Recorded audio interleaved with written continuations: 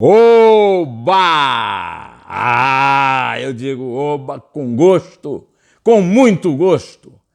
Primeiro, porque, veja só, pouquinho antes de eu vir para cá gravar, são 2h13 da tarde de domingo de carnaval, eu dei uma olhada no meu retrospecto aqui no canal e estou com 174.790.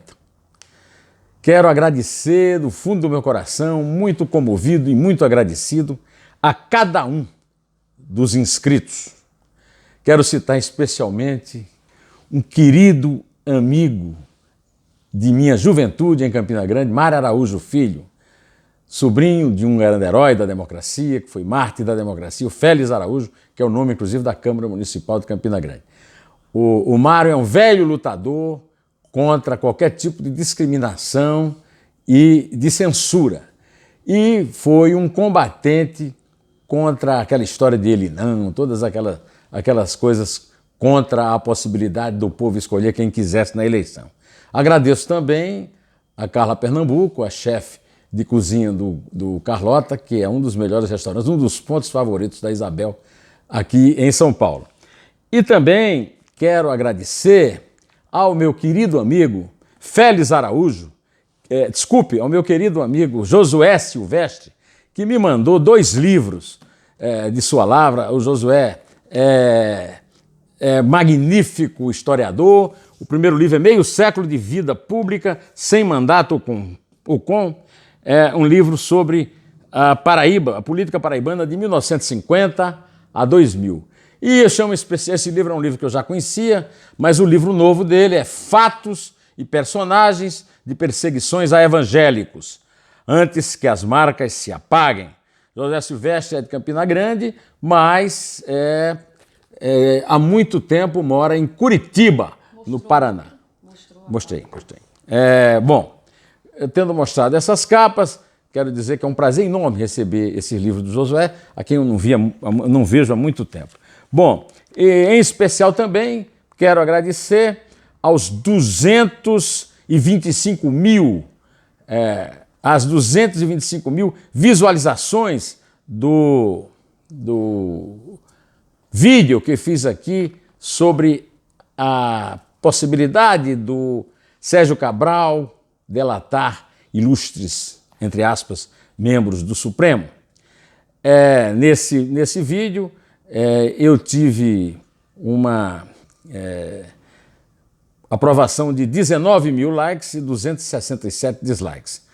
O vídeo de ontem, que foi um vídeo bastante polêmico, né, foi um vídeo em que eu recebi 10 mil likes e 2 mil dislikes. Quero agradecer aos 12 mil, aos que deram like, aos que deram dislike, porque, apesar de me acusarem de eu não ser democrata, só porque eu defendo a minha opinião com vigor, digamos, às vezes até com ênfase, mas eu reconheço as opiniões contrárias, porque uma democracia se faz do embate entre as ideias e não da concordância de rebanho. Democracia não é regime para rebanho, ficar correndo atrás, aprovando tudo que um fala ou que o outro fala por uma questão de ideologia. Esse vídeo teve 127.053 visualizações até agora, sendo 10 mil likes, 2 mil dislikes, ou seja, 5 vezes mais likes, 2.600 comentários, maioria dos quais contra a minha opinião. Eu não concordo com quem se manifestou contra a minha opinião, mas aceito democraticamente da mesma forma que gostaria de ter aceito a minha opinião. É para isso que eu estou aqui, né? Pois bem, mas vamos, depois de fazer esses agradecimentos, começar a trabalhar um pouco. Ontem eu recebi no meu Twitter, e eu tenho 266 mil seguidores no Twitter, um tweet de alguém que eu sigo, é o ex-deputado federal Rogério Marinho. Rogério Marinho é neto de Dinarte de Djalma Marinho, que foi um líder da UDN, da velha UDN no Rio Grande do Norte, que perdeu a última eleição porque ele é o autor da reforma trabalhista. É uma injustiça o que fizeram com ele, o que o eleitorado fez com ele, porque a reforma trabalhista é uma forma de salvar o emprego do trabalhador e não de fazer com que ele perca. O Rogério Marinho me avisou por Twitter que foi editado hoje, no caso ontem, anteontem, né?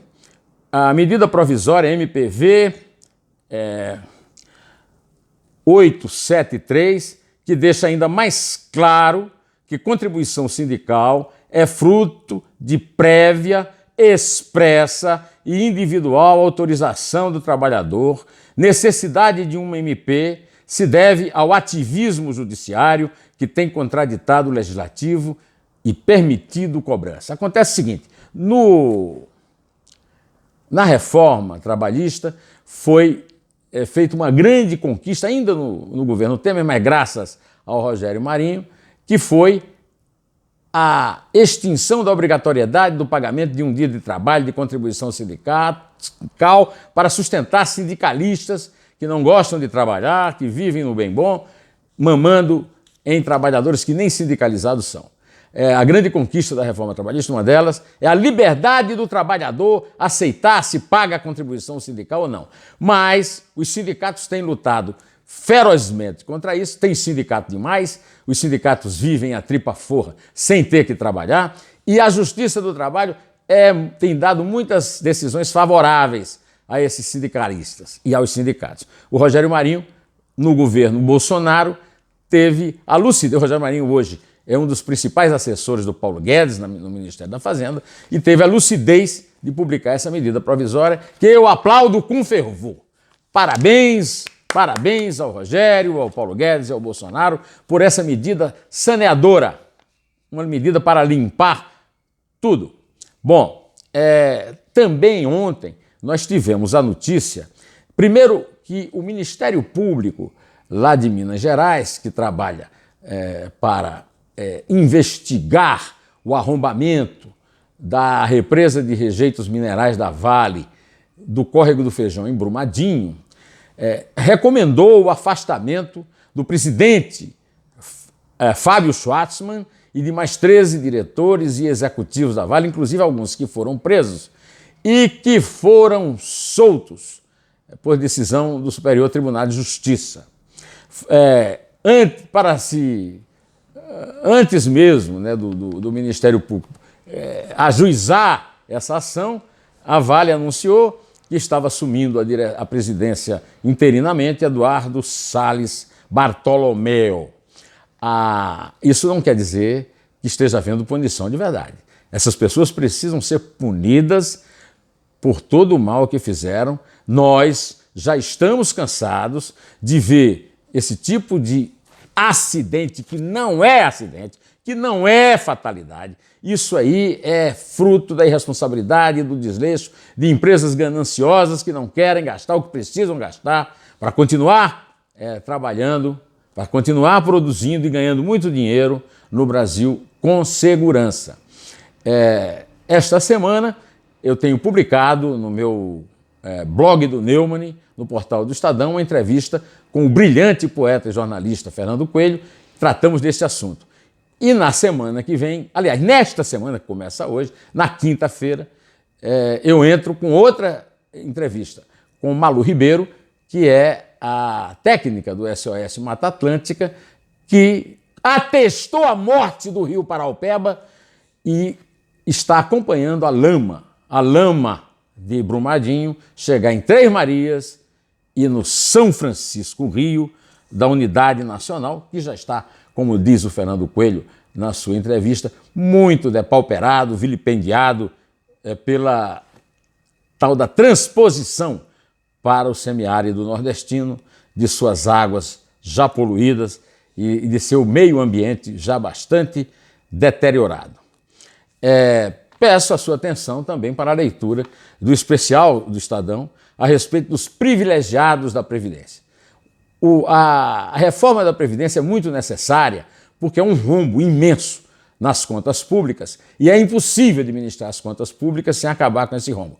Mas eu continuo insistindo aqui a você que não pode haver privilegiado. Não gosto do Rodrigo Maia, mas acho que o Rodrigo Maia tem razão quando põe para a discussão o seguinte: só vai ser votada a reforma da Previdência, pela qual eu luto e sempre lutei, desde o governo Fernando Henrique, se o governo mandar o que é que ele quer fazer com a Previdência das Forças Armadas.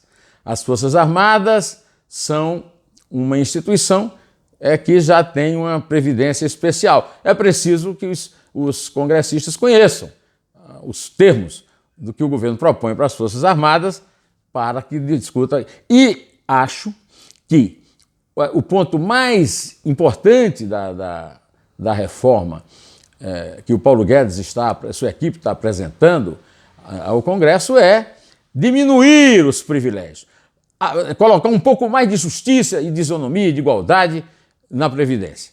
Mas eu continuo insistindo, a verdadeira reforma da Previdência extingue os privilégios, os benefícios das castas. Eu não estou falando de servidor público Barnabé, pobres servidores, estou falando nas castas, nos políticos, nos diplomatas, nos juízes, nos procuradores e, sobretudo, nos marajás das estatais e dos ministérios que ganham uma fortuna, se aposentam cedo e ganhando proventos que superam o que ganhavam, inclusive, na atividade.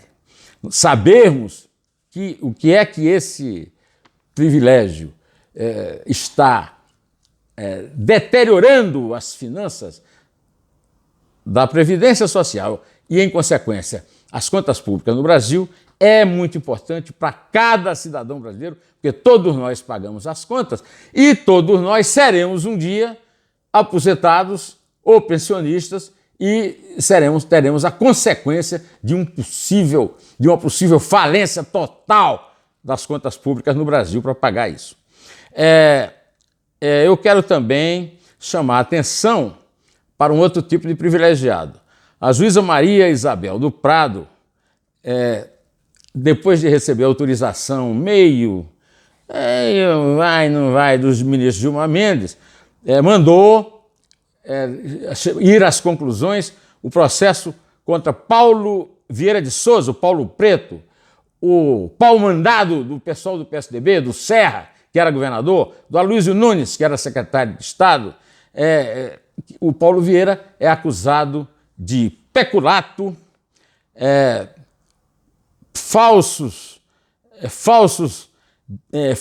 informações do sistema de informação e formação de quadrilha. A Maria Isabel do Prado tem toda a razão, o Paulo Preto tem que realmente responder por isso. Agora, o Paulo Preto, nós aqui vamos combinar, é um Zé Mané, um diretor dessa.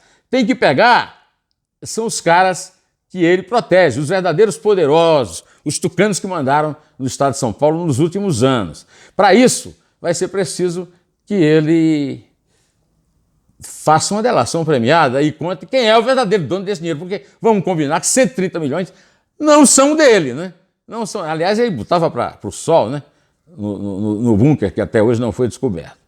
Bom, em relação ao juiz Gilmar Mendes, ao ministro Gilmar Mendes, eu quero dizer que o ministro extrapolou quando telefonou aos prantos para o Luiz Inácio Lula da Silva no seu velório, no velório do seu neto, para lamentar a morte do neto.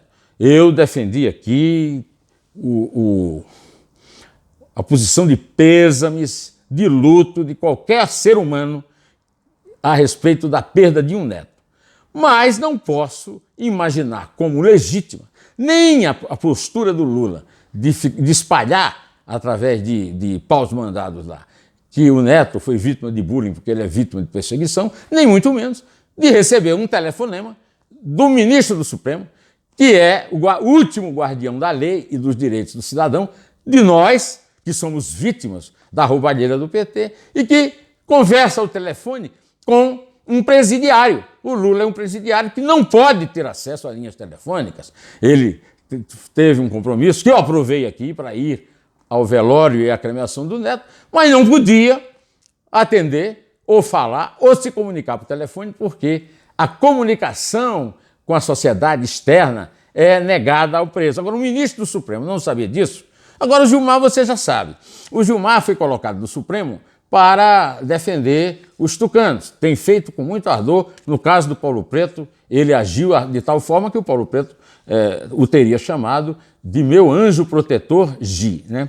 Agora, ele passou a defender o PT quando a Operação Lava Jato incluiu tucanos na investigação da corrupção no Brasil. Então, o ministro Gilmar, que está gozando de privilégio, o presidente da República mandou acabar, extinguir uma investigação sobre ele na Receita, o que é uma vergonha numa democracia, podia se tocar. Se ele defende a lei e a Constituição, ele devia saber que presidiário não tem direito à comunicação externa.